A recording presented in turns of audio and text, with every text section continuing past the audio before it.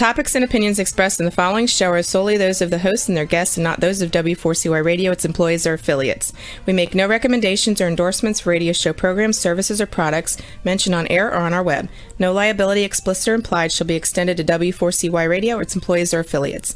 Any questions or comments should be directed to those show hosts. Thank you for choosing W4CY Radio.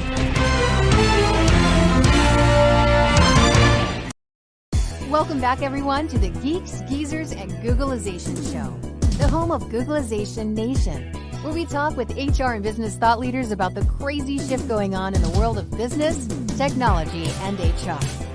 Here's your host, Ira Wolf.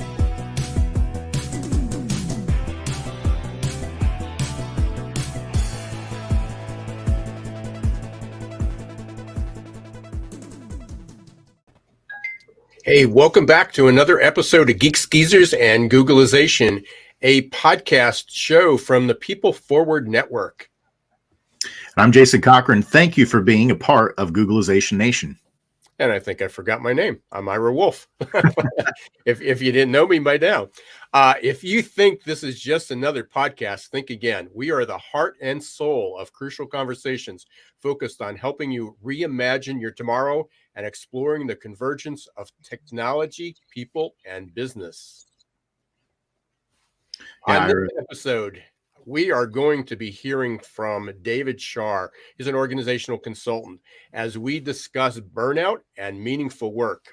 I can't think of a more appropriate topic. I know you just got off a call and I was in another call about that. So we just can't wait to hear from David. He is the founder of the consulting firm Illuminate PMC, which helps businesses maximize dormant assets for dramatic results. He's also a speaker, corporate trainer, adjunct professor at the University of Maryland in the Industrial Organizational Psychology program. Yeah, we are thrilled to have him on today, Aaron. Like you said, this topic of burnout and mental health, it is so paramount right now.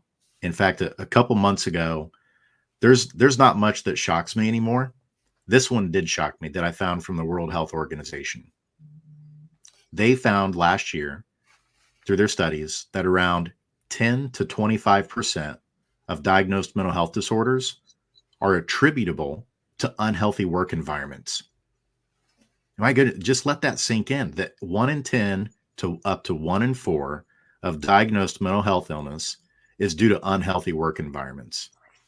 And I know personally, even though I'm a psychologist, so many times when I think of mental health at work, the first thing my mind jumps to is, oh, you're diagnosed already with something that you're dealing with, and then that's something that you bring with you to work.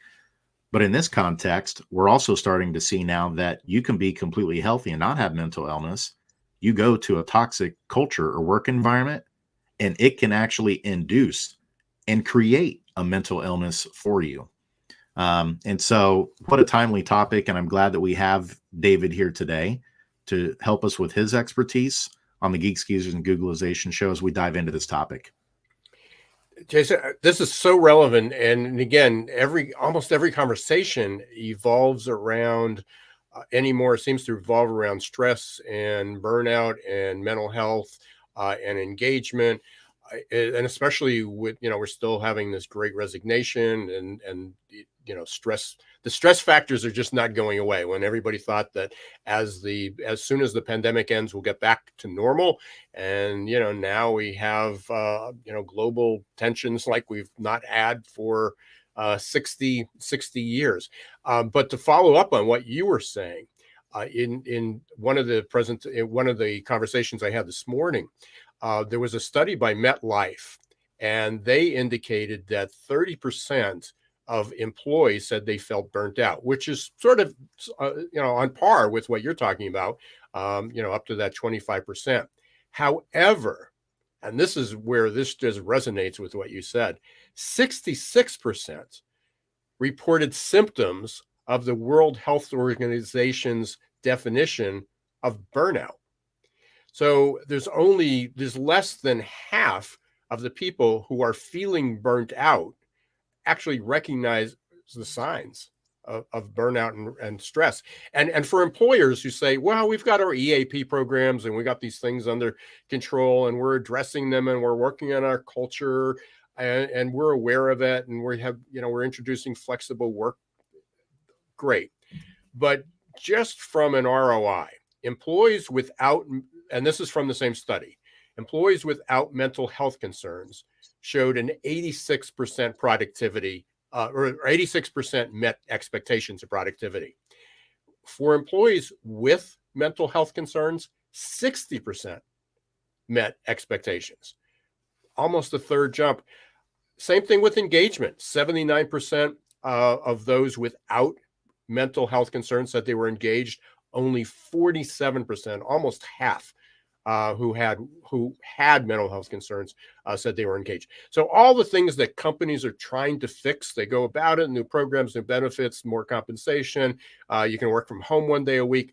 All these things aren't addressing the real problem. That's exactly right. And as you often call it, Ira, we're living in the never normal times. And I'm afraid that so many people now think that working and feeling burned out is just what you're supposed to do. Everybody feels this way. And it's like, no, there is a better tomorrow. It's not normal to feel burned out.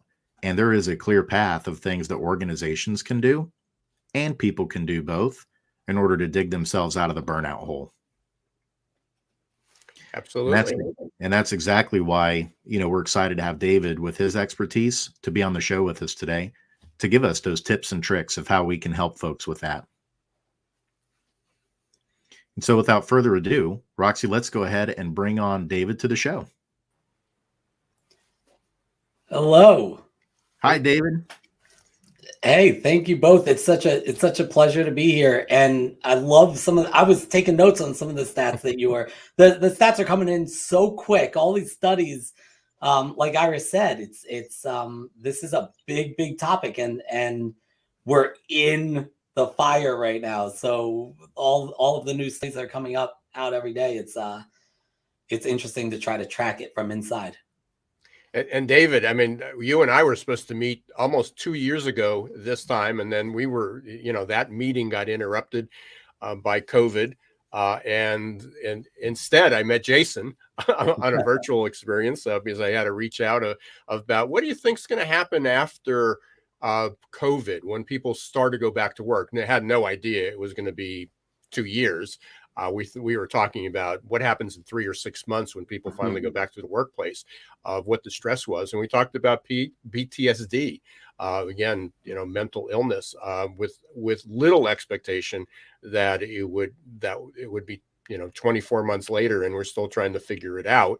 And it's actually maybe worse than what we expected, but still companies didn't recognize it. So we tried, Jason, to give everybody a heads up, but they didn't listen. So maybe after today, they'll do that. But really welcome, David. And it's great to have you here. So let's get your perspective on this.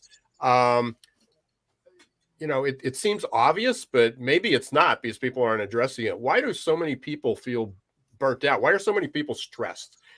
Because we've had challenging times. We're talking about, I'm older than you guys, and I recognize, sometimes things just go around. But 60s, Vietnam War, inflation, gas wars, early 70s. I remember, I can only get gas on odd and even days. The price went up. We had uncontrollable inflation. I mean, the news is very similar, and we came out of it. Why is it so much worse this time for people? Yeah, I think, and Ira, by the way, when you recently sent me a LinkedIn message about this show, and I saw that the last message exchange was like March 13th or 14th or something, saying, hey, we're going to be in Indianapolis at the same time, speaking at the same conference. I mean, look what happened with the world. That was a long time ago. That was back in 2020. But I think you're absolutely right. There's been a lot of change over time, and there's been a lot of stress over time and uncertainty. But this seemed like the perfect storm where you have this loss of control coupled with the loss of support. So we all sort of went into our own little home offices or whatever we had, and we didn't have all the level of deep connection that we typically would have to help us move through something like this. But even more so, I think that, burnout was recognized by the World Health Organization for the first time officially in 2019, only months before the pandemic, right? So burnout was increasing over time. What I think happened was when the world paused and completely got flipped on its head, we all had something that you don't normally get in a capitalistic sort of rat race society. We had time to reevaluate and the opportunity to reevaluate when everything changed. There's a great some great research by Connie Gersick. She wrote this very dated research now, but it's very relevant how change. We go through these periods of equilibrium where, yes, people wanted to telework. So maybe we have telework on Fridays or, casual Friday. We did these little things, but really we all just want to keep our equilibrium.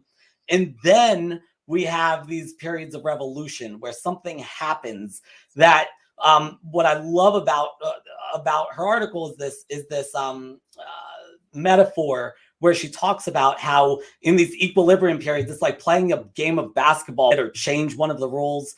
Then you hit something like COVID, and it's like playing the game of basketball, but let's play with taking the entire baskets away, take them off the court. And what happened when COVID hit? We took the entire workplace where all this was supposed to happen away. We fundamentally changed the rules of the game that we had learned were so necessary to play. And I think that and so many other things layered in, like facing our own mortality. I think all of that together created this perfect storm where in a lot of ways we are facing in the midst of a new workers' revolution. That's fascinating, David. And the analogy to basketball is so apropos right now with March Madness literally starting today. And I'm a Purdue Boilermaker fan.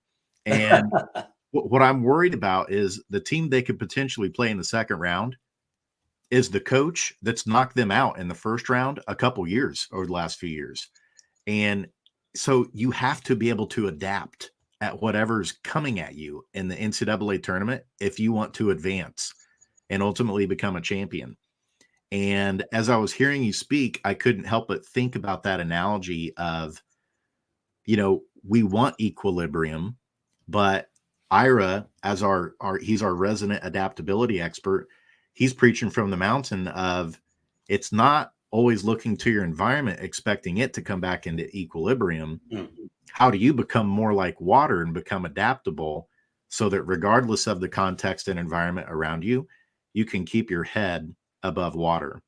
And so I'm looking forward to hearing both you and Ira talk about where does adaptability fit into this equation of helping people get their feet back underneath them to help with the mental wellness, to help with the burnout, regardless sometimes of the circumstances that are going on around. Because let's be honest, some organizations are going to say, we're not going to budge.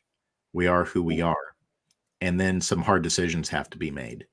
Are there certain pieces with adaptability that you often recommend to help people navigate burnout and mental wellness at work?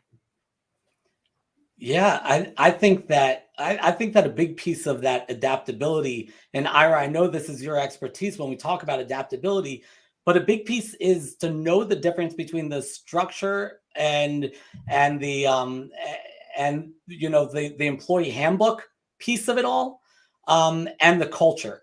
And we often think that we can sort of pull the strings by changing, the structure of the organization or the rules of the game, but in reality, we get so stuck in our own, habit cycles that the culture is really something that we are all a victim to and simultaneously the perpetrator of. And so when we look at traditionally how we deal with things like burnout, we bring in outside experts to talk to our employees about how to toughen up and, you know, how to be more resilient. Or we bring somebody in to talk about how we can change, you know, the structure and the strategy, etc. What we really need to be doing is understanding that this is a living organism, these organizations, where everybody needs to come together with these changes. We need to handle them in a you know, and Jason, in our earlier discussion, you talked about collaboration.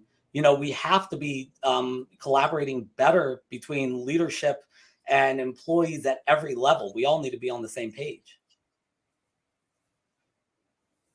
You know, David, again, all these conversations just keep converging and merging, and so many ideas. On this call that I was on this morning, and it was really 25 people focused on helping organizational changes. Some were coaches working with individuals, some were organizational change. But a couple of things that were missing, and this was a new report that came out by McKinsey, and I don't know these stats offhand, so I'm going to read them. But you know, organizations are focused on this great resignation or the great reshuffle or the great remake or whatever name you want to call it. And they're looking at what benefits or how much more money and all these things. But when it comes down to it is that people were looking, and you said it brilliantly, that over the last 2 years, what this allowed us to do was reflect. And was like, you know, I can work. I don't have to spend, you know, 10, 15, 20 hours a week commuting and in senseless meetings. And yes, I'd like to see my coworkers and see my boss and get out and have some lunches and things. But we can change. So what McKinsey did was they looked at the causes of what they call the great attrition. And that restoring work-life balance was 65% said that was the number one reason that they are choosing to look for another job or leaving. Being able to prioritize physical and emotional well-being, again, 63%. Now, here's other things that can be fixed. And this goes back to what Jason was talking about with the adaptability. We use a framework called ACE, ACE. A is abilities. Those are the things like grit, resilient, mindset. Character's personality. And I'm in the personality testing business. So I get all these calls as we need the right personality. And in fact, it influences adaptability, but it's not the driver of it. People can change, can flex that easily. But the piece that's missed that organizations seem to want to dump on, I'll be interested to get your perspective on this. They want to fix people. It's like we want to either hire the people who are already adaptable, resilient, have grit, all this stuff, or we're going to fix them. We're going to offer them a training program and give them 3 months to fix all their broken pieces. But what organizations don't do is they don't provide a psychologically safe space to do it. It's like if you don't change and you don't become more adaptable, you're out. You know, or you're not getting the raise, or you're not getting the promotion, or you'll continue to pay you, but we're going to neglect you. We're just going to ignore you because you're a body in a seat, and we need bodies in seats because it's better than nothing, but we don't care. 52% said, I don't feel valued by my manager.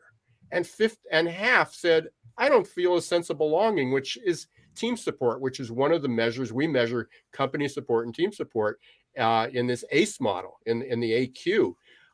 It's incredible. I mean, this is just how stupid can companies be when it's like, why are half my people leaving? Because they don't believe you care about them. Yeah. I love so much of what you said about that mismatch. One of the things that really struck me about what you just said was, you know, from the McKinsey study saying, I believe they said restoring work-life balance. And I'm sitting here thinking, restoring work-life balance? When did we have work-life balance? We never had work-life balance.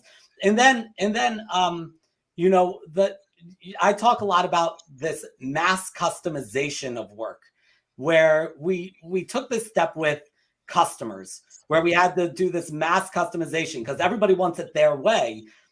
we used to think of a fair workplace, which really ties into burnout when people find their workplace is unfair. But we used to see fairness as equality, that everybody sort of gets the same thing. But we're moving towards seeing it as equity, that everybody needs something different. And I think it's really essential that we start customizing the experience for people. We see overwhelmingly that the people who want to work from home are women, much more than men, and mothers specifically, and people of color more often than their white counterparts. And so we see these divides, and if we don't start really customizing and thinking what's best for the individual, and not us thinking, but asking them, right? If they're not part of this process, we're going to see ourselves become less equitable and have less inclusion, and we're just going to intensify problems that we've already had. And so what can we do about this? There, by the way, that same study, I forget where it was, but they surveyed people, and they found that they were one of many that found that mothers were overwhelmingly the ones looking for more telework or remote work. They also found that fathers with children under the age of 18 were the most likely to say they want to come back to work, and come back to work immediately and full time. So I don't know what that says about fathers, but I won't say that I don't necessarily fall into that statistic. But there's so much more here than just throwing money at the problem. One of the most fascinating pieces of this for me actually comes from social media, from reddit.com. On reddit.com, anti-work during like their subreddit, which is a forum, it's a discussion forum, their sub forum in this called anti-work went from about 100,000 people in 2020 to, I think the last time I checked was like 1.8 million subscribers to this forum. And when you go on there, yes, they mention money, and there's a lot of talk about money, but it's always within the context of equity. And it's not just about money. It's about respect. It's about balance. It's about having being valued at work. This is what people are saying. David, that's so funny you bring that up, because I follow that subreddit. Yeah. And it's a comedy and a tragedy, both, like Shakespeare said. I'm looking at it and laughing, but the professional side of me is like, and this is the gist of, because a lot of the posts, like you alluded to, they're complaining about their bosses, and they'll post text messages that they have with their manager that are saying, hey, I told you a month ago I'm going to be gone for these days. And the manager's replying with something like, doesn't matter, we're short staffed, nobody's available to work, you come in or you're fired. Right. Those kind of things. And it leads to this anti-work attitude. And I just can't help but think, that you said there was a big spike in people thinking, you know what, there might be something better out there. Like, maybe I need to get off this hamster wheel that I'm on and find some respect, like Ira was alluding to. Yeah, David, I'm going to take an opportunity here to kind of break in, and because we're the hosts, and I guess we can do that, although it's rude to the guest. But I had the privilege of being a contributor to and being a spokesman for a new report that just came out, and it's called the Everywhere Workplace, and it's from Avanti. And next Tuesday, just for all our listeners, next Tuesday, which is May 22nd at 11 a.m., we're going to be doing a live stream. We'll do a special edition of Geeks Geezers Googlization, and Jason will be there. But we're also going to have the CEO, Jeff Abbott, and their global VP, who I met when I was in New York last week doing a media blitz about this report. And the reason to introduce that is that you can either connect with Jason or me. I'm sure you'll see the information up there to be able to watch it live, or watch it on or you can go to YouTube. You can go to youtube.com/Ira Wolf. and right on the first playlist, it'll be up there on the Geeks Geezers Googlization, and you can get a reminder to be able to join or listen to the replay.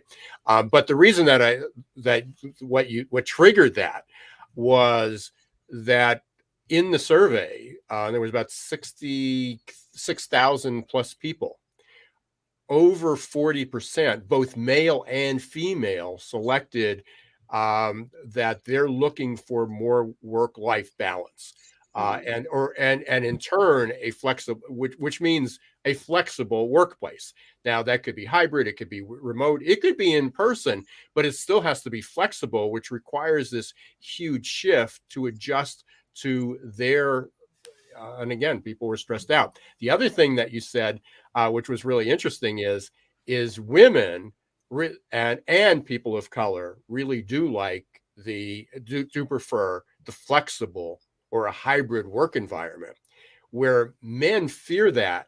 And one of the reasons was the number one reason that men wanted to go back to work was for career development and promotion.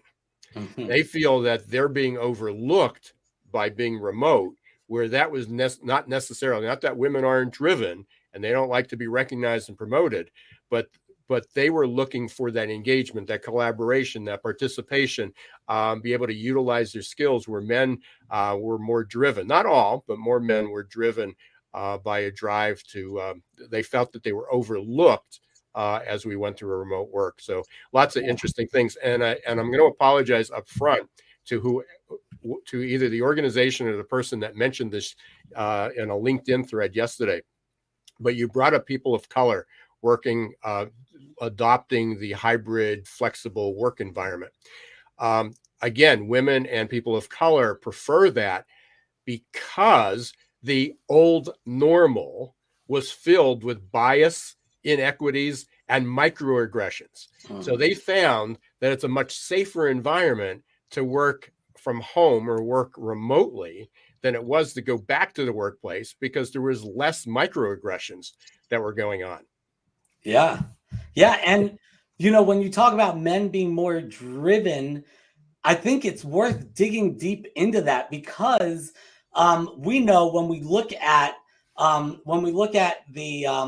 wage gap, right, between men and women, when you start really digging into that, there's a lot going on there. And one of the things is that men are much better at exaggerating, if not downright lying on their resume, right? They're much more assertive in asking for more. There's less of a stigma when they ask for more, right? So all of these things play into it. And right now, what you have, I remember way back in the day, my first business course ever, I had an old Black & Decker retiree as an adjunct professor. And first business course and first lesson in the first class, he tells us, get in with the power core. That was the first thing I learned about business, that if you want to move up, you get in with the power core. And so if you have the opportunity to be part of that power core, you don't get promoted. And it's backwards, but you don't get promoted because of a great work product. You get promoted because of those conversations in the break room or on the golf course way too often. So if you can tap into that, maybe that's where the drive comes in, because we know we can go and tap into that. And also this imposter syndrome of like, well, if you're only looking at my work product, that's never been so good. I was told tap into the power core. Right? It's a whole different skill set suddenly. So I wonder how much that potentially plays into it. So we're going to take a quick break here, but when we come back, you brought up something, and it was not on our list of questions that we talked about, but as we talk about people of color and men and women, really be interested to hear your perspective or what any stats or research that you know of that looks at the differences between Gen Z, millennials, and also so the boomers. So we have this workforce. So not only do we need to personalize how we approach individuals by age and gender, or by gender, but what about by age? And again, chronological age or mindset, because I'm millennial and the baby boomer body. So chronologically, I should be out of this picture. Otherwise I'm deep into it. But we're going to take a quick break. I'm going to give you some time to think about that. You are listening to Geeks Geezers Googlization. Thank you for being part of Googlization Nation. I'm Ira Wolf. I'm here with my co-host Jason Cochran and David Shar, who is our guest. We will be right back in 60 seconds. Change doesn't pick favorites. No matter who you are or where you live, the year 2020 was filled with one unexpected challenge after another. According to the authors of The Adaptation Advantage, we are incredibly well prepared for the past, but woefully unprepared for the future. That leaves millions of people feeling scared, worried, frustrated, and confused. Whether you're the owner of a business or a worker out of a job, adaptability is now an essential skill you need to ride the next wave of normal. The good news is that science shows that adaptability is learnable. Adaptability gives us the confidence and courage to think about change and embrace opportunity in the right way. Adaptability gives us hope for a better future. And goodness knows we need hope. Are you ready to embrace change and double down on your future? Contact Success Performance Solutions today to schedule a consultation about how you can reimagine your team's future, how you can begin to think about opportunity the right way.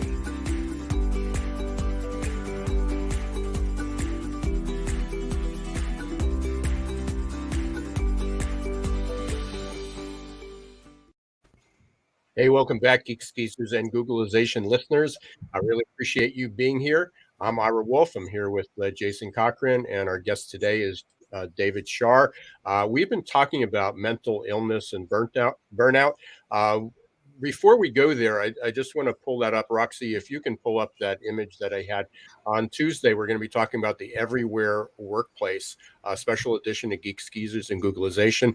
We will be live on LinkedIn and YouTube. If you want to register or put it in your calendar, 11 a.m. on Tuesday, March 22nd. That is, we're going to be interviewing the CEO of Avanti. It's a cybersecurity firm, Jeff Abbott, and their global VP, David Shepard. It's going to be a great conversation. The report is free. You can actually get that at Avanti. It's ivanti.com/report.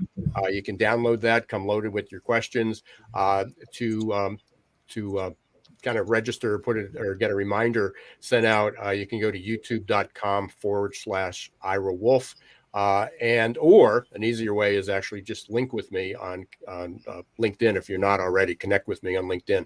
And when we go live, you'll get a notice, for that. It'll also be recorded. So, David, before we took the break, there it is. Okay, there's our slide there. Give you a second to maybe take a quick snapshot of that. Snapshot showing my age. Polaroid. I'm going to take a Polaroid of that. David, before we left, we were talking about some of the differences between genders of how they approached work and flexible work, and who was, different aspects of stress. Are you seeing anything different between the generations, the age groups of how they're responding? So I've actually seen some conflicting conflicting research. Some saying that recent graduates want to be at work. It's hard to sort of get that sense of community and sort of get in there and make a name for yourself, etc. But I'm also seeing some things that say that younger workers want to work remotely, because why should we have to be at the office? So I teach graduate level students. I teach them IO psychology, and what I found fascinating was the other day we were doing this. We were going through McClellan's motivation theory, which is basically that there's three core motivations, right, that people have. It's either power, accomplishment, or affiliation, right? Do I want people, relationships? Do I want to accomplish things, or do I want power? And I was a little surprised that nearly everybody in the course, and these people definitely skew younger than me. Most of them have a lot more hair than I do. But I was a little surprised that they all put sort of like as we went around the room, they put power on the bottom of the list. But what was really surprising to me was the conversation that was struck up about this, that they really overwhelmingly saw power as an evil. Power was this evil thing. Why would I want power? Power corrupts. And so when you talk about being at work and working your way up the ladder and things like that, I think that especially younger employees and people just making their way into the workforce, they have a lot of reasons to distrust our current systems, to distrust leadership. And not that people didn't have that in the 60s and 70s, you know, but then they became the leaders, so now they like it. But you know, but I do think that there are some stark differences there, just based on experience, as well as you know, growing up with, you know, the technology has got to make it a lot easier. They know how to build their personal brand online, which maybe some of the more seasoned employees don't have mastery of. That's David, so interesting, David. Oh, sorry. Go ahead, Ira. Yeah, no, just a quick comment. I'll go back to you, Jason. I too, I mean, I've got a lot of recent grads, young workers on my LinkedIn connections, but I too am teaching a master's level class, and a lot of them are recent grads. And the thing about recent grads is many of them have never gone to work. Not that they haven't worked. They've never gone to work because of the pandemic, or they were working a virtual or a job. So for juniors and seniors, and it's like, hey, they graduated in 2020, 2021, 2022, it's coming up. They've actually never had to go to a corporate office. Yeah. They don't even know what that experience is. Yeah, it's like the look I get from my my you know, 3-year-old when I show her a CD player. It's an archaic sort of. How about an 8-track? I'll up you. Right, you win. And that's exactly what you're alluding to. Is, you know, those students, they're looking at traditional capitalism and trickle down economics, and they're saying that thing's an 8-track. Right. We've got a much better experience now in the form of stakeholder capitalism, in terms of certified B Corps, in terms of ESG, the way that we think about human capital. We now have the research that these types of things that we've been talking about for the last 10 to 20 years is no longer in fairy tale land. Those companies in the S&P 500, the ones that are taking those approaches, are outperforming the traditional capitalism. It's just about the shareholders kind of mentality. Yeah. And so with that in mind, David, I'm curious, you asked me on your show to pull out the crystal ball, you know, when we're thinking about work's place in our lives and how it contributes to our mental wellness and burnout and things like that. You asked me the question to pull out my crystal ball. What does the future look like in organizations? I want to ask you that same question. When you're pulling out your crystal ball, what do you see the future of work looking like when we talk about its context within burnout and mental wellness? Yeah, I think it looks a lot more flexible than it ever has in a lot of different ways. I think that organizations that say, okay, we're going remote, that's what we're doing. I think we're going to have future Yahoos, right? Where you end up bringing everybody back because it's not working or whatever. I think that organizations that say everybody come back to the office, COVID is over, are going to have equally large issues. I think it's going to come down to flexibility and understanding what jobs and what individuals within those jobs need and require in terms of where people work. But I think it's going to be flexibility of time and flexibility of space. And we're going to have to figure out what those things are. And some early research I've seen suggests that maybe flexibility of time is more important for a lot of people. And even though the conversation typically surrounds flexibility of space. And I think we're going to really have to answer to these demands and figure out that, you know, with an 18-point-something% increase in wages across the board within the service industry, we still cannot find people to work behind the counter in a fast food joint. We can't. we're going to have to figure out why we have this, 80,000 trucker shortage, right, within our supply chain, despite the fact that truckers can make over $100,000 a year.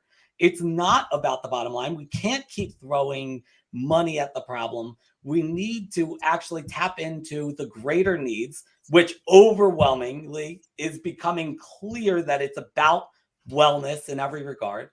And the way to do that is through flexibility, understanding, it's almost that switch that we had where it used to be that if you were woke and you were really into societal concerns, you would say, yeah, I'm colorblind. I don't see color. Now that's one of the least appropriate things you could ever say, because if you don't see color, then you don't understand the differences in experience that people on average, obviously, are experiencing, and you're not open to that. And I think at work, when we look at equity in all forms, we're going to start to recognize that equity trumps equality.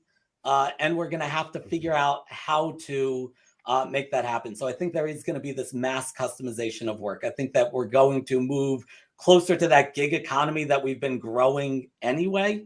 But I think, maybe we won't call them gig workers. Maybe they'll still be, W-2, whatever it is. But we're going to see a lot more flexibility from organizations that want to survive and thrive through this. David, a leader who exemplifies that future you just painted, and then I'm going to send it over to Ira for our last segment here, is Dan Price.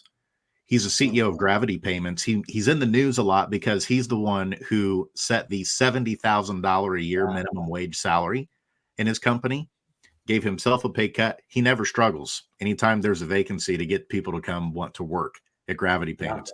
He just posted something on Twitter yesterday, and he said, we did a survey in our company of our employees to see how they wanted to work. And he posted the results. Basically, it's a third wanted to work from home exclusively, a third wanted to come into the office exclusively, a third wanted a hybrid approach. And he goes, you know what my response was? Great, do what you want. And the flexibility you're talking about, obviously there's going to be some industries where it's harder to do that than others. But to the extent where that flexibility can be accommodated, empowering your people to make the right decisions for themselves, I think that's a wonderful future you've just painted. And we have examples of leaders like Dan Price who are doing that right now.